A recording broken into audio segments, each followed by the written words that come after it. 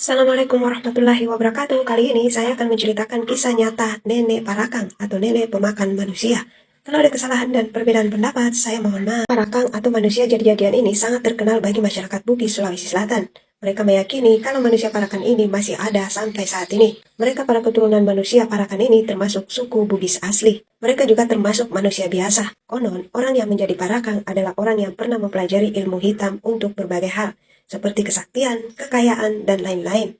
Konsekuensinya, mereka harus berkorban menjadi siluman hewan, seperti anjing, kucing, babi, ular, atau apapun yang mereka inginkan. Bahkan mereka juga bisa merubah wujud menjadi pohon. Di dalam satu keluarga, jika nenek moyang mereka pernah melakukan pesugihan seperti itu, juga konsekuensinya adalah seluruh keturunan mereka secara turun-temurun juga menjadi manusia parakan yang memangsa sesama manusia, baik yang berusia muda maupun yang berusia renta. Jika siang hari para keluarga parakan ini seperti manusia biasa, mereka berbaur dengan masyarakat sekitarnya.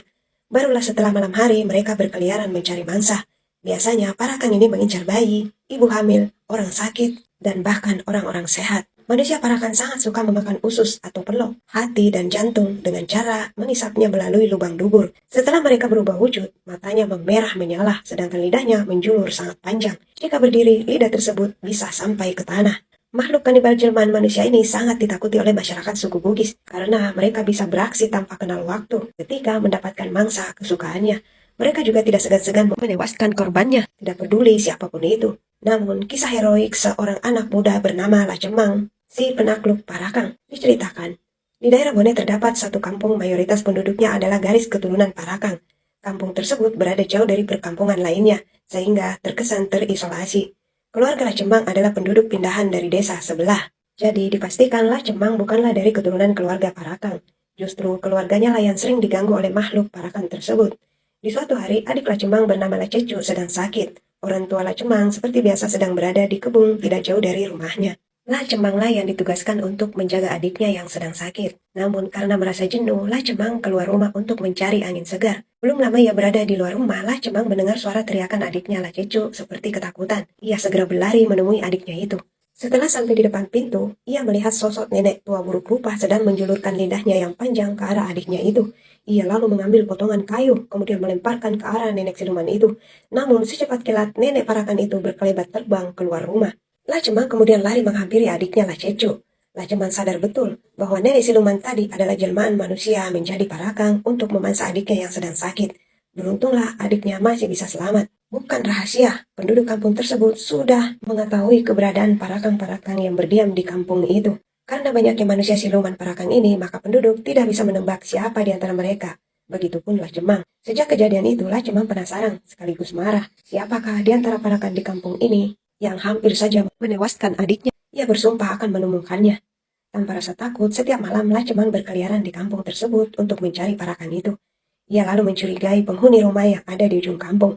Lacemang lalu bertanya kepada orang pintar yang biasa berkomunikasi dengan parakang. Ia bertanya, apa yang bisa menunjukkan atau membuka identitas manusia parakang itu?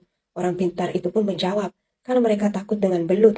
Orang pintar itu pun menyuruh Lacemang melepaskan beberapa ekor belut di bawah kolong rumah yang dicurigai. Jika penghuninya berteriak kesakitan, berarti mereka manusia parakang. Malam harinya Lacemang segera melepaskan beberapa belut di kolong rumah yang ia curigai itu. Benar saja, tidak lama kemudian ia mendengar suara rintihan dari dalam rumah. Lacemang pun sangat yakin kalau orang yang hampir menewaskan adiknya itu adalah nenek tua jelmaan Parakang. Namun Lacemang tidak bisa berbuat apa-apa tanpa bukti. Ia tahu betul, meskipun nenek tua itu disiksa harus mengakui perbuatannya, dia tidak mungkin mau. Lacemang pun terus menunggu waktu untuk menangkap nenek pemakan manusia itu.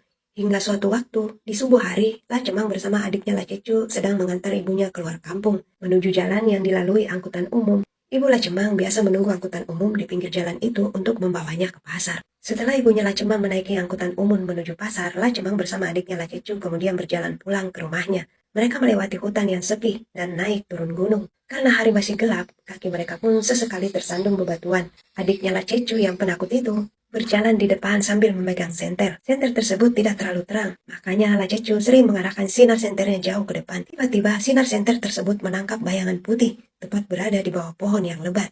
Lacecu pun langsung berteriak memanggil kakaknya Lacemang. Lacemang kemudian mengambil senter dari tangan Lacecu. Langkah mereka terhenti. Sambil memeluk Lacecu, Lacemang mengarahkan sinar senternya ke arah penampakan putih itu. Lacemang langsung mengenali kalau makhluk putih itu adalah manusia Parakang. Laceman segera mendekati penampakan putih itu, sementara adiknya Lacecu menangis sambil ketakutan. Ia seperti tidak bertulang, seluruh badannya gemetar, lalu perlahan ia terjatuh. Ia kemudian menutupi seluruh tubuhnya dengan kain sarung, agar ia tidak terlihat makhluk menakutkan itu. Sementara kakaknya Lacemang dengan berani langsung menangkap nenek jelmaan parakan itu dari belakang dengan kedua tangannya. Ia terus mendekat erat sambil berkata, Aku tidak akan melepaskanmu sampai matahari terbit, agar aku bisa melihat siapa dirimu.